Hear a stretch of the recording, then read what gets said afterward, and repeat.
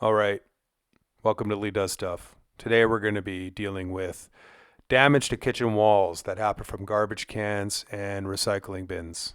And it doesn't matter if you put the felts and put them there to protect it, it's going to fall off your garbage can or your recycling bin and create damage.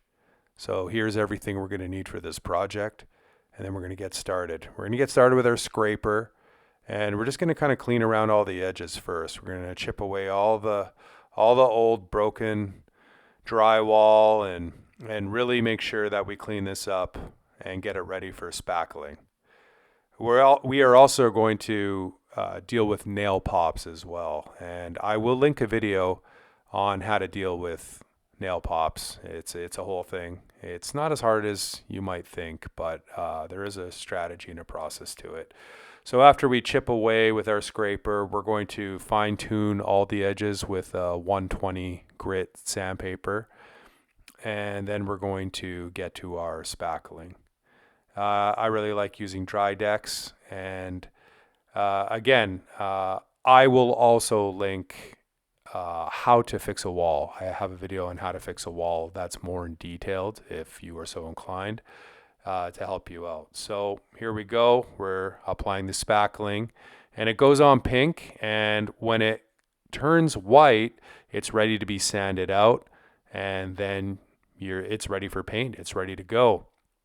So over here, while that's drying, just as an added bonus, we're going to kind of clean up this wall here. We're going to take off the faceplate there as well. We're going to recaulk the bottom where the wall meets the countertop there, and we're just going to roll out this section of wall here. It's been scuffed up from kitchen life, and that's what happens in kitchens. And you will mostly do touch-ups more often in a kitchen than you will anywhere else. So here's the line right here, and just looking down, and we're going to grab our caulking gun, and we're going to lay a bead in there, and it is going to seal it up nice and just have that professional look. So don't worry about going too fat with it. Just get it on there, and then you can get your finger in there, and then there's going to be excess. So this is when you take a damp rag, and you see, as long as it doesn't set up, and we just take our damp rag and we go across the bead, and then we use our finger again. You can use your finger again afterwards.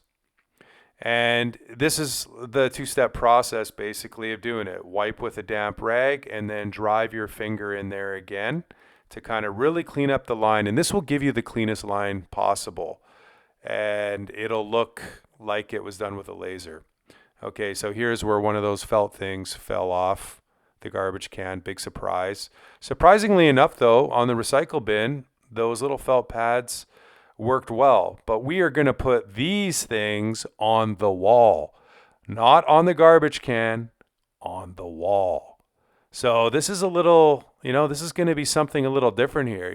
We're going wacky here. We're going crazy. We're going painting crazy. But before that, let's sand things out.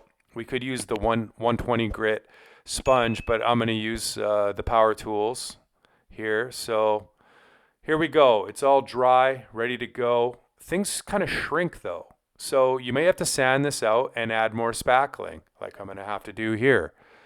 It just depends on how deep the hole is. See, in that area right there, I sanded it out, and there was still a little bit of a crater. So I filled it in again, and while that's drying, the caulking has set up over in this area, and now I'm just going to cut it.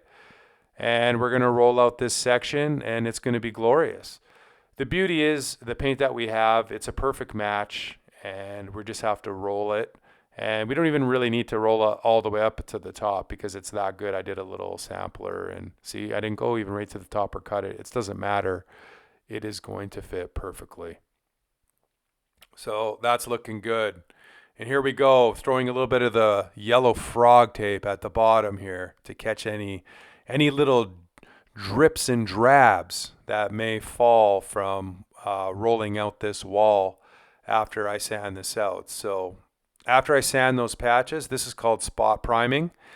What you want to do is just lightly hit these spots before you roll out the wall. So that when you hit out the wall, it's had time to set up a little bit, and then your sheen and everything is going to match perfectly. It's going to save you time.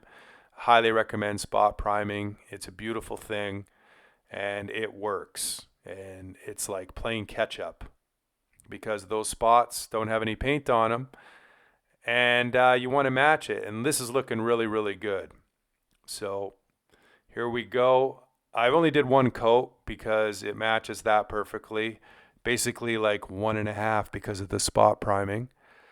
And what we're going to do is we're going to measure kind of where the recycle bin here hits the wall so that when I put these bumpers on the wall, it's going to be hidden. So you're not really going to see it. See? I put it on the wall, just stuck it right there. There's some adhesive on the back, and you just peel it off and stick it on the wall. Look at this. Bump, ba-bump, ba-bump. And it's great. Look at this. This is going to stop damage. I really like this. This is really good. Did it with the garbage can too. The reveal on the bumper with the garbage can is a little bit more visible, but still, look at this. Ba-bump, bump. I love this. This is great. I think this is going to be really good. And if the client doesn't like it, we could just scrape it off and fix the wall, but I have a feeling it's going to be wonderful. All right, checking everything over. Everything's looking solid.